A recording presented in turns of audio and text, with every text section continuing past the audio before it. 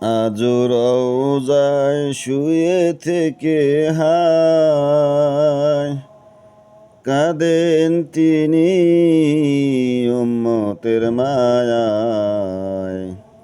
আজও রওজায় শুয়ে থেকে হায় কাঁদেন তিনি উম্মতের মায়ায়।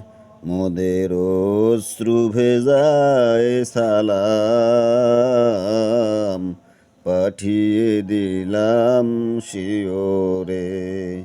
নূরে উজ্জ্বল চেহারা তোমার দেখিলে হারাম দুজখের নার।